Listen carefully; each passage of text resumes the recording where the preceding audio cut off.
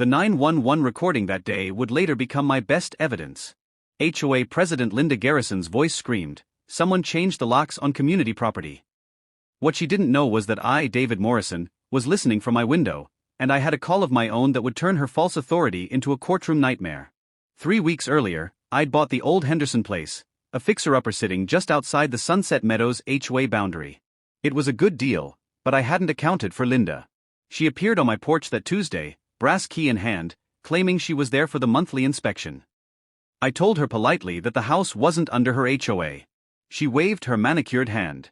"I've been president for 8 years. I know every property." Then she tried inserting her so-called master key into my lock. I told her to step back. Her face turned red. "Do you know who I am?" "Yes," I said evenly, "but that doesn't give you authority over my property." Fuming, she stormed off, threatening legal action. I thought that was the end, until that afternoon when I saw her Lexus return. She was again at my door, twisting that same key furiously. When I confronted her, she shouted, "You changed the locks. That's against HOA bylaws."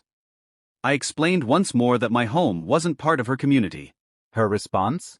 To call 911, accusing me of being a squatter. As she lied confidently to the dispatcher, I called someone who'd actually listen, my old friend Sarah, a county dispatcher. She checked the parcel records and confirmed what I already knew: my property was fully outside HOA territory. Sarah quickly updated the officer notes, marking Linda's call as a potential false report and trespassing situation. Minutes later, 2 police cruisers pulled up. Linda rushed to them, pointing dramatically at me. "That man is trespassing on HOA property." But instead of arresting me, the officers came straight to my porch.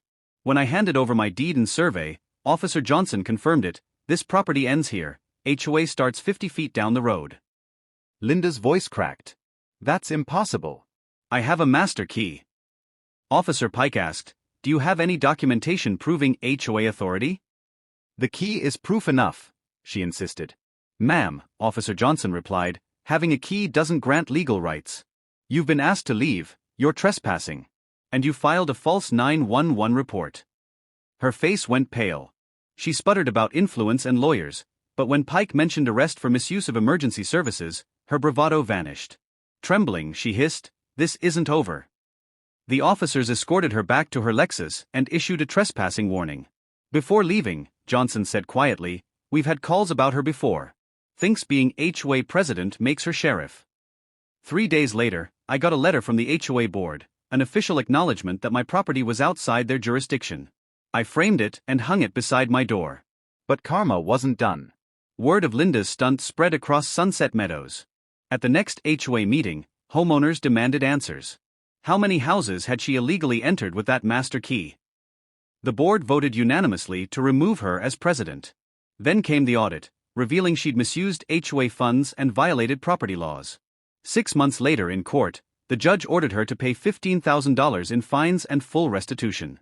As the verdict was read, her once smug face collapsed. The same woman who thought she ruled the neighborhood now sat powerless, undone by her own arrogance. And I? I just smiled every time I passed that framed letter, the one proving that truth and documentation beat entitlement every single time.